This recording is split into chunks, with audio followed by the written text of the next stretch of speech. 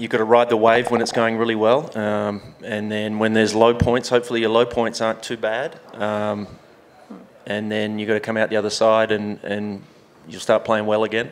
Longevity is difficult in golf, you know, because you face, I always say, to be a great pro golfer, you've got to be able to handle adversity and handle it well, and deal with a lot of disappointment, because success is small. You don't win very often, and you don't have so you got to find little victories each week, and hopefully you pop up and have some great weeks. And I've been lucky to do that in this event. But yeah, he's right. There's a lot of ebb and flow to it. And the younger players now, they travel almost with a team with them. Cam Smith was saying that he has a physio with him. I would suggest that you never started the tour with a physio travelling with you or flying in to see you. No, it was pick up a caddy when you get there, find somebody. Usually a couple of times I did really well. I remember playing in Adelaide and I did really well with a guy, and he had a Greg Norman hat on, and he was just a member of the club who wanted to come caddy, you know, and you...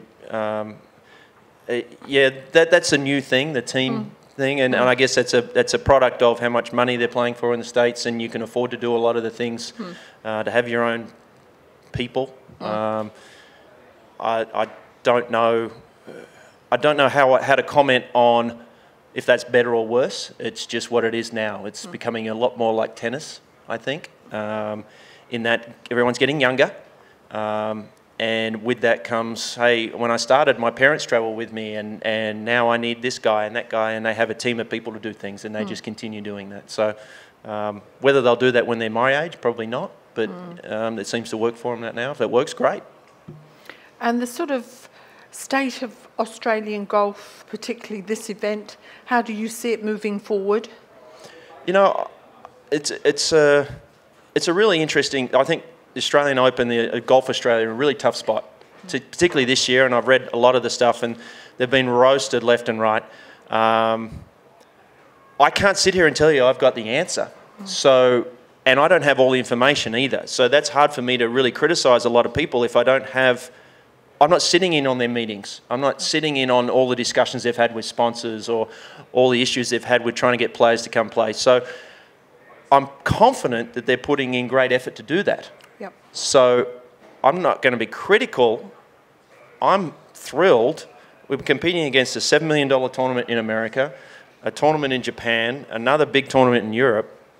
I'm kind of pleased with the job they've done in a lot of ways, to have what we have in front of us right now. As golfers, we always wish things were better. We should do this, we should do that, but sometimes our ideas don't have all the information they need. They're not as informed as we should be. We just sit back and go, oh, they should do this or they should do that. I don't know enough in this case, to be honest, until I sit down and if I spoke to the board or somebody and said, hey, why didn't you guys do this idea, or why didn't you change this? They would probably be able to give me a good reason. So it's hard for me to be super critical. I love this event. I'm passionate about it, and I want it to be successful and be as big as it can be. So I come back hoping every year that it's just going to be awesome. And so but it's challenging for them. They've been handed a really tough spot this year. Patrick, thank you. Greg, you're in a very good position. Well, I accept the issue about where the tournament is, but you're in a very good position to judge whether the younger Australian golfers are as hungry to win this title as you were when you were 20, 25. I think last year with Cameron Davis winning, I was thrilled because I've been waiting for a while for... In a way, I've been tired of talking about guys my age. You know, I've been waiting for these next young crop of guys to play awesome golf, and he did that. So there's more out there. I see it. I watch them on the range. I watch these kids swing, and I'm like, you should be killing it. Let's go. So I think Golf Australia are certainly providing them with a lot of our elite players. I know they're getting everything they need. But the performance, I had a sidebar, but I had a really great experience this year. I had Geordie Garner come and stay at my house, a young guy from New South Wales, and it was fabulous. Like, I really enjoyed the mentoring side of it for me personally. I wish I could do more of that. I played with Connor Fuchs. Yeah, sorry I didn't get his last name properly, but played with him and another young man on Tuesday. And it was fantastic. Like, I really enjoyed answering questions they had, and I wish I could, in my age bracket, I wish I had more of an avenue to do that, you know. So, but you're right. I think I'm looking for the next crop of young guys who are just going to come out and beat everybody, beat Aaron Baddeley, beat everybody. Yeah, I guess my issue is that people your vintage cherish the Australian Open because what it represented and the names on it, and we have the Americans come in and say this would be a fantastic feather in our cap if we can knock this off because of the players who have done it. What I'm saying is, are the young players, while they're all of what you say they are they driven? Is the Australian Open as important to them as it was your crop? Did you ask them? Have you asked them? We've asked one. Yeah. I haven't asked them all, so... But you don't get any vibe, or... No, everyone I talk to, if I talk to a young kid, I mean, I would say, hey, do you really want to win? I'm assuming at 18 years old or 20 years old, you really want to win the Australian Open. I don't get that vibe. I don't know many golfers, to be honest, who don't have that mongrel or competitive instinct in them that says, I really want to win. That, you know, I don't know many that don't have that. If you want to be elite, you have to have that in you. Because if you just roll up here and make the cut, it doesn't really do anything. It doesn't change your life. Winning could do something for you. And so, but as to that desire, I think I can't speak to if they are as... But if they revered the Australian Open more than other tournaments, you'd be aware of that.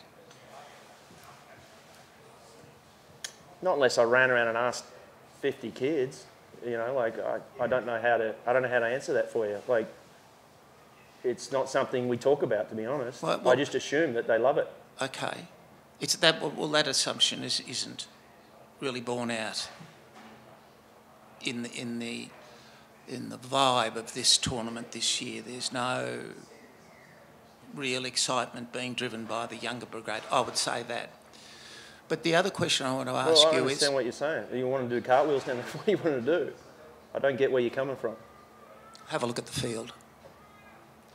Well, what young players are you talking about? No, just have a look at the field. And that's my issue, is the depth of the field and the interest driven by the younger players. But another question to you is, who's more important? Who holds more weight, the manager or the golfer? The golfer. What's the matter? You think the golfer ultimately runs his own destiny? I have, yeah. Yep. Others? And you have no sense of the managers having a far more powerful position. I'm trying to figure out what you're trying to get at. Well, the question's simple enough, Greg. Who has more power, the golfer or the manager? The golfer. Okay. That was the question. That's the answer. Yeah, sure. I don't know, my manager's sitting up the back. Boof?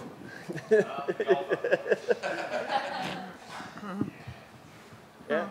So, Greg, it's been 20 years since your first win in this tournament. How do you look back on that now, and are there memories or moments that really stand out still for you? Mate, I've got 2 trophies at home that mean the world to me, and one is the little one that I had to pay $3,000 for because I couldn't afford the $10,000 one of the Australian Open when they used to charge you for the trophy. And then the big one, and they're both, you know, fantastic. So I am going to put heavy money on myself next year because I think I win every year before the President's Cup. So 98 and 11, I managed to win. So next year's my year. And how is he back? It's good. I've read that you've, sorting yourself out. Yeah, it's okay. Yeah. Thanks. I did. Thanks for asking. I did PRP treatment, which is blood spinning. Inject it back in, and then off we go. Yeah. So we'll see. This is my first event in 6 months, so we'll see how we do. And you were saying something that you really loved the mentoring part of it. and you sounded like there are things that you feel you could help the board with, or not so much the board. I will say just a shout out to Golf Australia if they happen to listen to this. Yeah. I live in Dallas. Yeah. They meet in Houston. I would love to come down and chat. Yeah. I think there's some hurdles there that young men and women, when they're starting out, that I might be able to help with. Yep. And even if I say 10 things and you only get one, okay, that's fine. I don't know everything. No. But I might have some information that could help them, just to whether it's preparation, travel, what's it like, dealing with pressure, surviving for longevity, anything. I'd love to do that. Well, that sounds terrific. Any more questions? Yes, Mark. Thank you. That's on. I'll take that back. Yeah, talk to Brad Jones. That's there on. 2011 here, it's been referred to a few times this week, as the pinnacle field we've had in the modern era. Does it make you feel special that you were, on top of that, and does it give you good memories coming back here? Oh, absolutely, yeah. Yeah, like I've played a practice round the last couple of days, and I may not gloat about it, but I'll certainly, in my head, I'll be like, well, that's where I hit it. That's where John Senden, hit his putt from, and it just lipped out at the end, or just hit over the top side. So I have a vivid memory of a lot of the stuff that went on, and that's part and parcel with winning. It's burned in there. The same with huge disappointment. There's been times where I go back to events and I'm like, oh man, I sucked on this hole. So yeah, there's definitely a lot of that going on this week. So there'll be a couple of parts to this question. This is a course where your game can win and thrive, as opposed to perhaps the Australian next door where you need to bash it 5 miles. Does that play into your thinking, that it's a thinking person's course who needs good hands? There's the management side of it, but I like that the length is not a major issue, clearly. I can reach 3 of the 4 par 5s pretty comfortably. Pretty much everyone can, I'd imagine.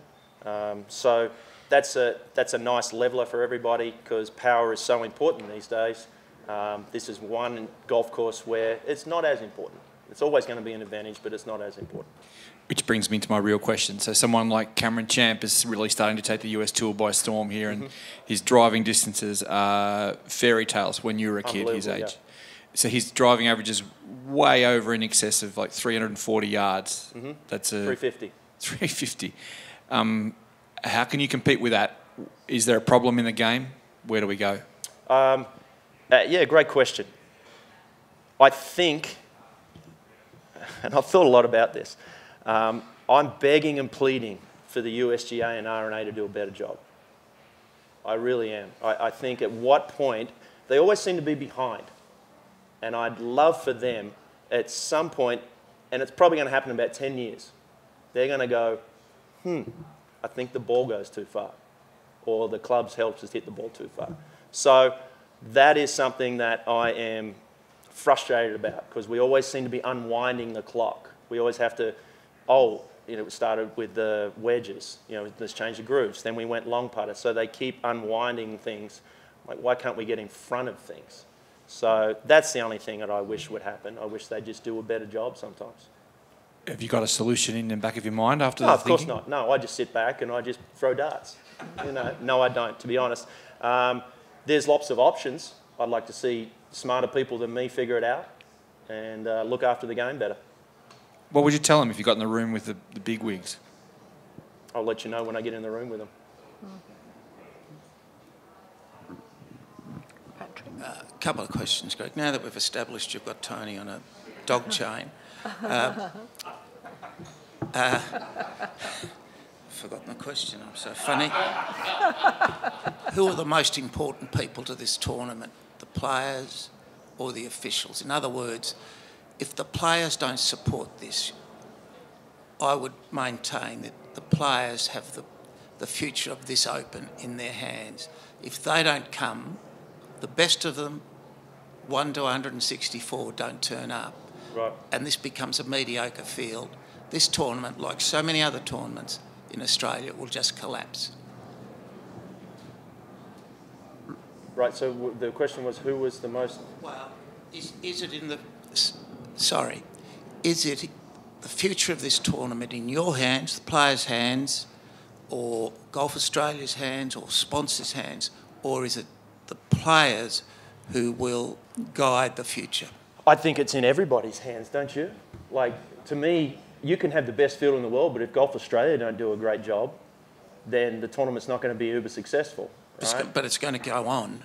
Oh, of course. Are you worried it's going to just stop? Yeah, that's what I'm saying. Oh, okay. I think I'm kind of excited about next year, the President's Cup in town. So if that gives them a great opportunity to get another great field like they had in 2011.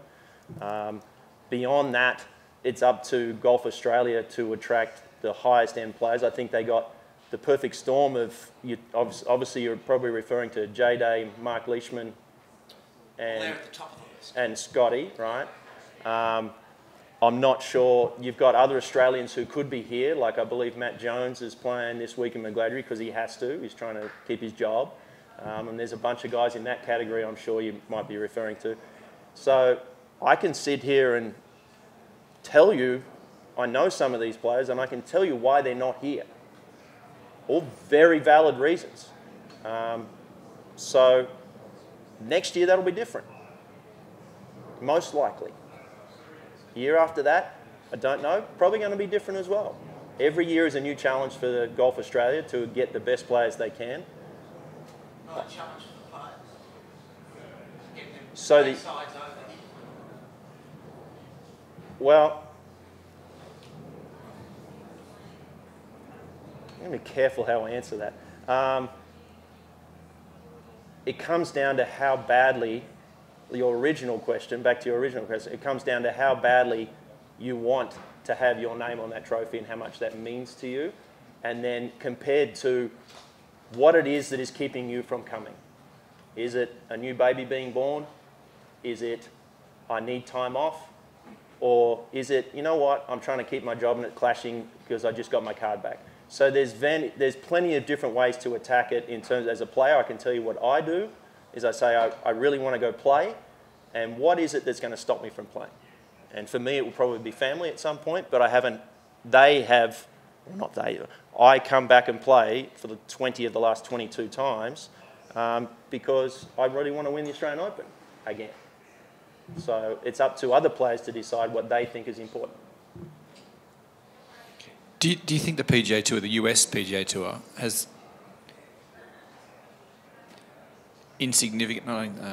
less regard for global golf than they should? Well, that's interesting. I would say, yeah, go. Yeah. So if they put it the World Cup plonket next week, all the things that you just mentioned to Patrick there become legitimate, viable reasons why people aren't here. You know, they're playing in McGladrey. Right, if they change the date. Right, so the World Cup would need to be somewhere else. Right. So that we don't clash with Dubai, we don't clash with Dunlop Phoenix, So we don't clash with McGladrey. Yeah, right, so Golf Australia got pushed to this date based on, yeah, and that's what I heard as well. And it's not just Golf Australia, it's the PGA of Australia too. It's like we've all been... Yeah, everybody has to fit in. Yeah. And Mark, to me, the PGA Tour, I'm sure, has moments where it looks after the PGA Tour, and that's its edict, that's its job. And so you would have to, I'm not privy enough to the information on the World Golf Federation on how they decide on who does what and where and how. So I don't want to sit here and say they should do this or they should do that. That's a tricky one for me. I don't know the answer to that, to be honest. Do you think it's incumbent on them to have a more global aspect of the game? It seems to be always finding that balance between what is best for them versus, and every tour does this, I think. How do we grow? And then they've got to a point where they can help others and also impact others. I don't know what the answer is, mate. Like, you know, should they be concerned about, of course they should. They are. But they're also very concerned about the business side as well. Can I, different tack, sorry. Yeah. Go.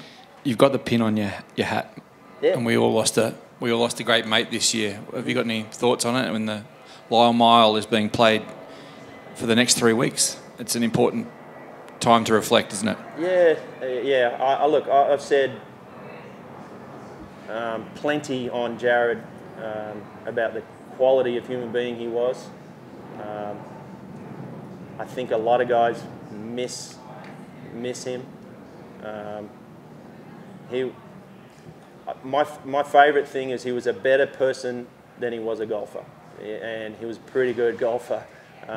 Fabulous human being, and I just loved how Australian he was. Loved swearing, and I bet him one time $100 he couldn't go one day without swearing, and he lost. Yeah, he's good. He's such a good man. But yeah, can't do enough for him. Any more questions, ladies and gentlemen? No? Thank you. Thank you for coming in. One of the most Thanks, guys. interesting. Thanks, guys.